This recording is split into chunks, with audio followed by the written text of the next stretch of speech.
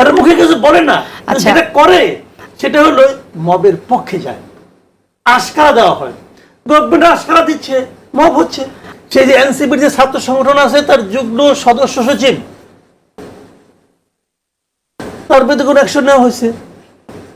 এনসিপির আরেকজন লোক সে বলেছে যে পটিয়া থানাকে এখনো কেন মাটির সঙ্গে গুড়িয়ে দেওয়া হয়নি, মিশিয়ে দেওয়া হয়নি, প্রকাশ্যে লিখছে। চট্টগ্রামের যে উদাহরণটা তুললেন সেখানেও কিন্তু অভিযোগ আছে যিনি গেছেন তিনি ইন্টারভিউ বোর্ডে পর্যন্ত কি করে গেলেন সেটা আছে।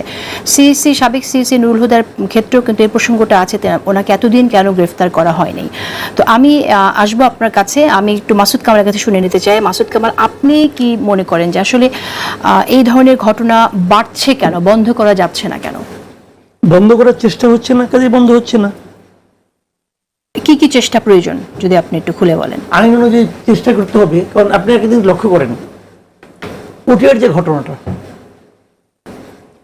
পটিয়ার ঘটনাটাতে একজন ছেলেকে তারা ধরে আনলো, বললো এই ছেলেটা ছাত্রলীগ করে, এবং তাকে পিটাতে পিটাতে হাসপাতাল আপনার থানা পর্যন্ত নিয়ে আসা হলো, বললো তাকে গ্রেপ্তার করতে হবে।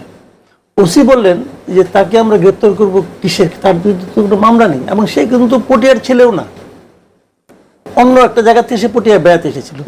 এবং ওসি ওইখান থেকে তার যে এলাকা যেখানে, সেখানে সে ফোন করেছেন যে ওর নামে কোনো মামলা আছে কিনা, তারাও বলছে তার নামে কোনো মামলা নেই।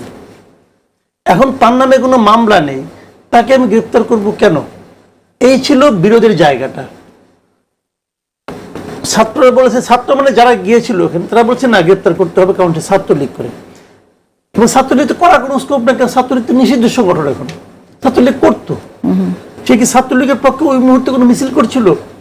ছাত্রলীগের পক্ষে ওই মুহূর্তে সে কোনো বক্তব্য দিচ্ছিল? সে শহীদ মিনার এলাকায় ছিল, ওখান থেকে তারা ধরে নিয়ে আসছে। এখন এটা কেন করলো না, এটাকে কেন্দ্র করে দুই পক্ষে কথা কাটাকাটি এবং থানায় ভাঙচুর করা হয়েছে। দেখলাম ছবি টবি, থানায় ভাঙচুর করা হয়েছে, পুলিশ লাঠিচার্জ করছে, 19 জন না কজন আহত হয়েছে। এখন এটা বিভিন্ন কারণে কিন্তু হতে পারে। আপনি কি করলেন? আপনি ওসিকে প্রত্যাহার করে নিয়ে আসলেন। মেসেজটা কি গেল? মেসেজটা গেল পুলিশকে বলা হলো তুমি এই ওসি যা করেছে তা করো না, তা করলে তোমাকে আমি প্রত্যাহার করে নিয়ে আসবো। আশকারাটা কাদেরকে দেওয়া হলো না? কিন্তু এই ওসি যে কাজটা করেছে সেটাকে আপনি সমর্থন করেন কিনা? আমার সমর্থন করা না করে কোনো ব্যাপার না এখানে।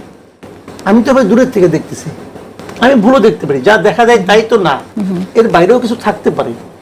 করতে পারতো, একটা ইনকোয়ারি কমিটি করতে পারতো, অনেক কিছু করতে পারতো।